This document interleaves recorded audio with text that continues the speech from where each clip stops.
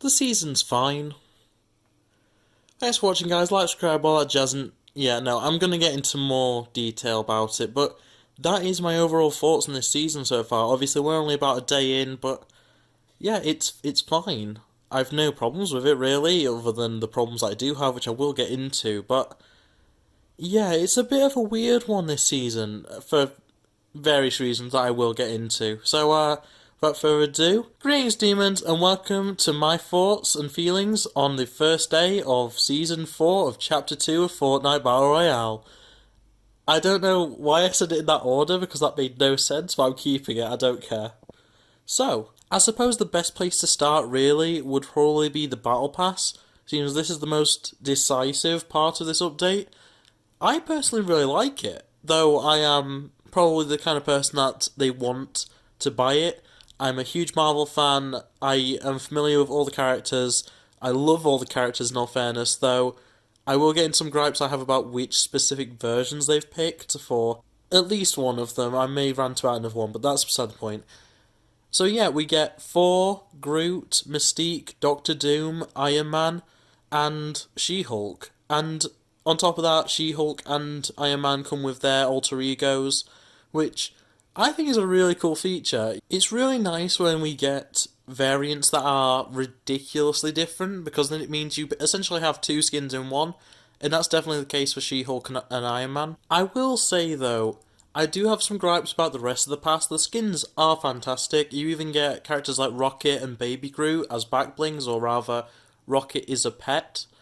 But most of the pass is unfortunately taken up with emoticons and sprays. There aren't too many emotes, and most of the emotes are actually either built into skins or they can only be used with certain skins for whatever reason. And while yes, we do get a few wraps which are nice and a few gliders, though some of those once again are only usable with certain characters, which is very, very odd. Generally, the Battle Pass is fine, and most of my gripes are just that there's a little bit too much in terms of useless aesthetics. You know, your sprays and your emoticons, which no one really uses. I certainly don't. I only use one at the moment, and that's the Avengers spray, but that's only until I get another emote that I can use. And yeah, I think that's telling that it's like, currently I have a full Marvel setup, a full Marvel preset, and that entire preset has no emotes or sprays or emoticons or anything that are from this season. It's all stuff from the store, from previous events and previous highlights and stuff. So it's essentially all just the original Endgame items, the Deadpool items, and then the Captain America stuff. And that's it when it comes to actual emotes. Like, there are built-in emotes, as I say, which are, some are really cool, like Iron Man's is his transformation into the Iron Man suit. As for She-Hulk, it's the same thing, it's the Hulk out emote, which are really cool, I really like those. But I just can't help but feel like we're missing certain emotes that we should have, that should be just generic. For example, we do have a Schnick. I'm gonna say it like that. I know there's better ways to say it, but the Wolverine Claws emote, it is Wolverine exclusive, which, fair enough, that's fine. But why? Surely, when it's like, I understand if it was something to activate the harvesting tool, that would make sense to me. But surely they can just have it as a generic emote anyway, which can be used by anyone, rather than it being a built-in for Wolverine. There's just some odd things that have happened with this Battle Pass. One final thing I'm going to gripe on is just the fact that Mjolnir, which is obviously Thor's weapon, the hammer, for the Thunder Hammer, I don't know what else to call it, but Mjolnir, it can only be used by worthy skins. And to my knowledge, I don't believe there's been any other skins that have been found. It's literally only usable by Thor or Captain America, which is really weird because literally Storm has been the god of thunder, has been worthy before, and Groot's also worthy. So the fact that both those skins are, and apparently neither of them are actually worthy according to the game, is very odd. Especially when Captain America is obviously not even a skin from this pass, he's just an item shop skin that hasn't come back in a few weeks at the very least. It might have been a month by now. But, yeah, that's just a very odd thing. Now, I did say before that I had one major gripe when it came to a skin, or at least the style that they chose, the look that they chose, and that is actually with 4. I understand that that's his current comic look, and, that's fine and all. I don't hate it in the comics, I just don't think it's very 4. But when they have completely disregarded the fact that She-Hulk does not look like She-Hulk currently in the comics, like she's more like a Hulk than she is the traditional She-Hulk, which is like just a giant woman. They made She-Hulk traditional. Why didn't they make 4 traditional? And then at the same time, they went with more of a movie style Iron Man, whereas the rest of the skins are all primarily based around the comics. So it's very odd to think about. There's a very weird disparagement between what they are trying to theme the skins around, and I understand the idea is probably that, oh, they are taken from different time periods, different Earths, different universes, stuff like that, but, there's not even any representation for, like, the new Avengers game, necessarily. It's like, it's a very odd choice for them just to go, yeah, we're gonna just pick and choose designs that we like, except for 4, because I assume no one likes 4. I have not heard anyone say they like that version of 4. So, yeah. But in any case, there is just definitely disparagement in terms of, like, what they've actually gone with as styles, and yeah, I'm just not a fan of 4. The rest of them are perfectly fine. With Iron Man, with She-Hulk, I wouldn't care what design they are, because I like both. Well, in the case of Iron Man, I like all, should I say. But at the end of the day, it's very much a thing of, like, why is 4 the only one that's the true modern interpretation? Because even when it comes to Wolverine, he's his classic design, which is weird, because he hasn't looked like that in about 20, 30 years. Like, I'm not even exaggerating, he hasn't had that classic yellow and blue, or the, like, cream and brown. He hasn't had those colour schemes in forever, and it's mostly because of the movies, mostly because of the cartoon series, which changed him up a bit. It's just very odd to me, and I don't get why they decided to go with that when they didn't do it for all the characters. But I am going off a bit too much about this. I like all the skins. 4 I'm probably not going to use much, but I do appreciate that we do now have 4. He's an Avenger, add him to the list. We now have 4, Iron Man, Black Widow, and Captain America. I'm sure we're going to get other characters eventually. I want Hawkeye still. Hawkeye's still on my list, and obviously, like, Ant-Man and the Wasp would be amazing to have. But, yeah, I don't know. It's weird. I also will just as one final positive note about the Battle Pass, I'm really happy that they included both Baby Groot and Rocket, despite the fact that the skin that they went with was Groot. It is really good, and it means that we are actually filling the roster of the Guardians of the Galaxy. So we already have Star-Lord from the Endgame event, and now we've also got Groot and Rocket. So, yeah, I really appreciate that they've done that. It's really nice. And, yeah, I guess we'll talk about the map changes, because, my god, some of the map changes. So, the main thing that I really want to talk about is what they've done to Pleasant Park. So they've essentially, it's now called Doom's Domain, so obviously it's the home of Doctor Doom, the AI version of Doctor Doom.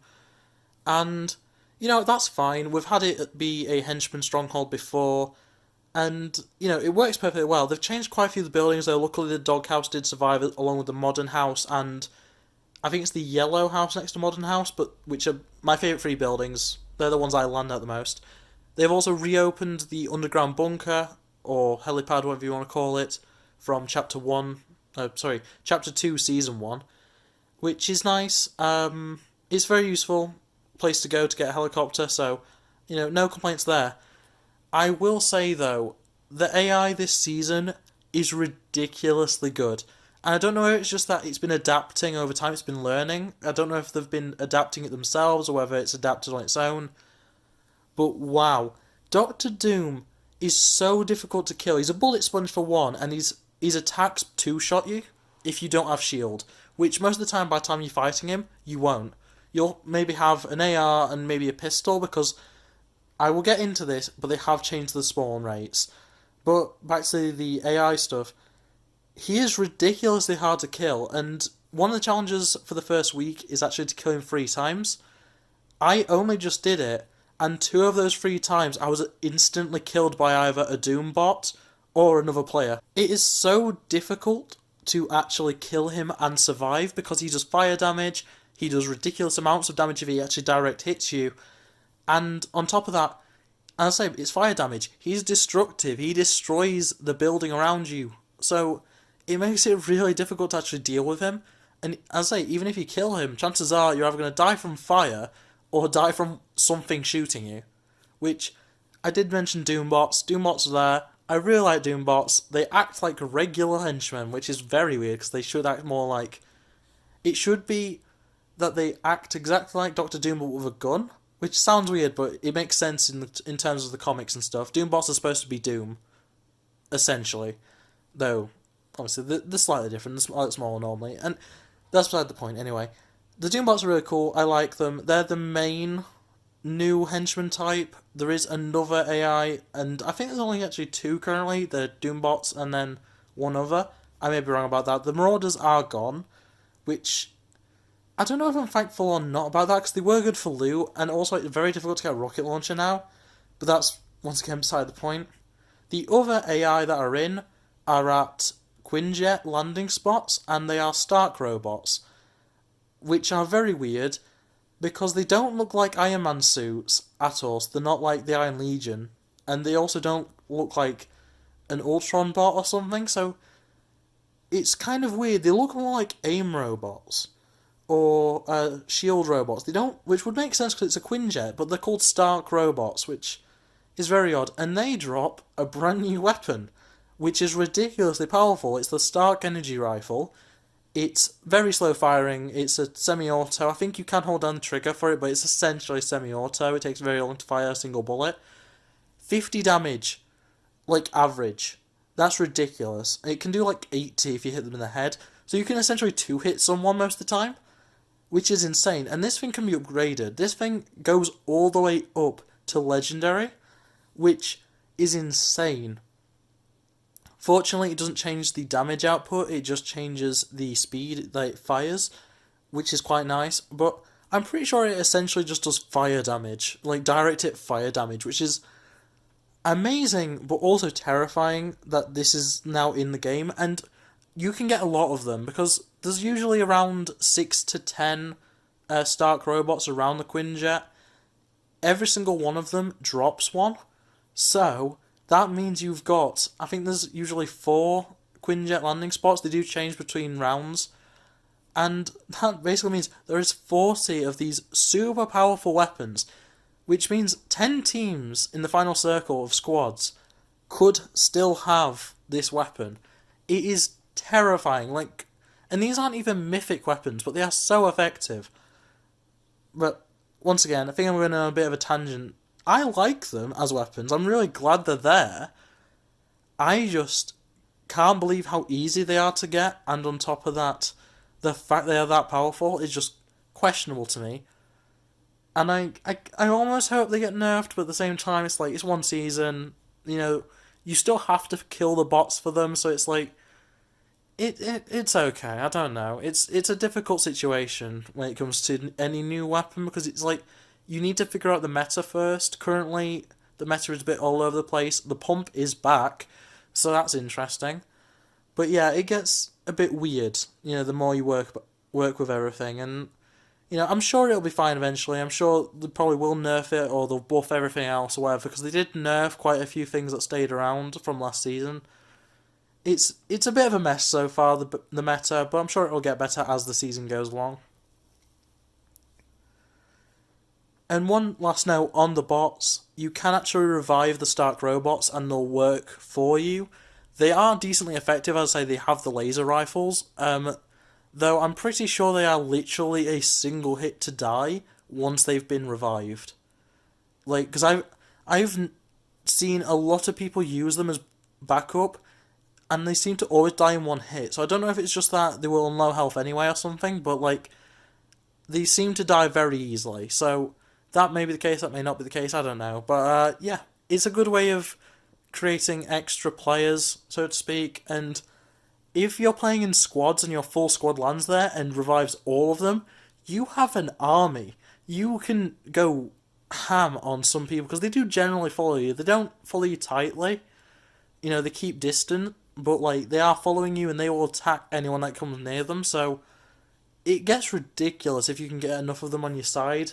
I was playing some solos and got 4, and honestly, the amount of times I got shot in the back, and then by